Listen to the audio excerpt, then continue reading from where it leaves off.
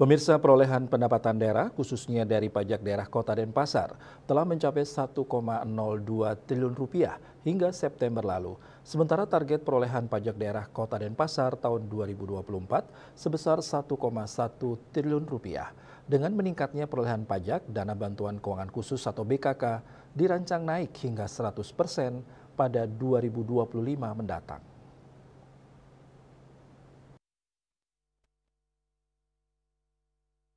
Hal itu dibenarkan anggota Badan Anggaran Banggar sekaligus Ketua Komisi 2 DPRD Kota Denpasar tahun 2019-2024 Wayan Swadiputra bersama Ketua Fraksi PDI Perjuangan Iketut Suteja Kumara Kamis 10 Oktober.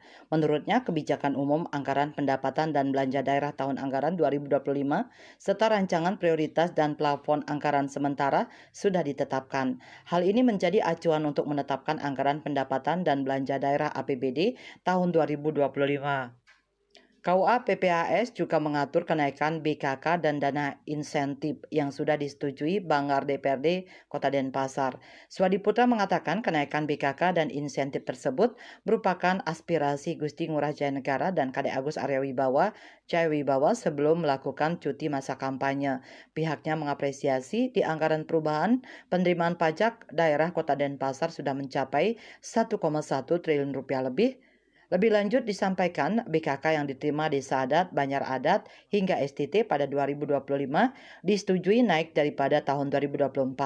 BKK STT tahun 2024 sebesar 10 juta naik menjadi 20 juta rupiah pada 2025.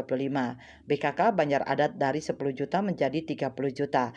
BKK Desa Adat dari 100 juta meningkat menjadi 200 juta. Sementara insentif Pekaseh dari 2 juta tahun 2024 menjadi 2,5 juta rupiah pada 2025. Insentif Pangliman dari 1 juta tahun 2023 naik menjadi 1,5 juta rupiah pada 2024 sampai 2025.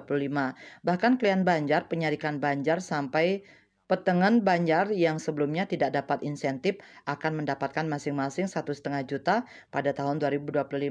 Bisnis Bali melaporkan.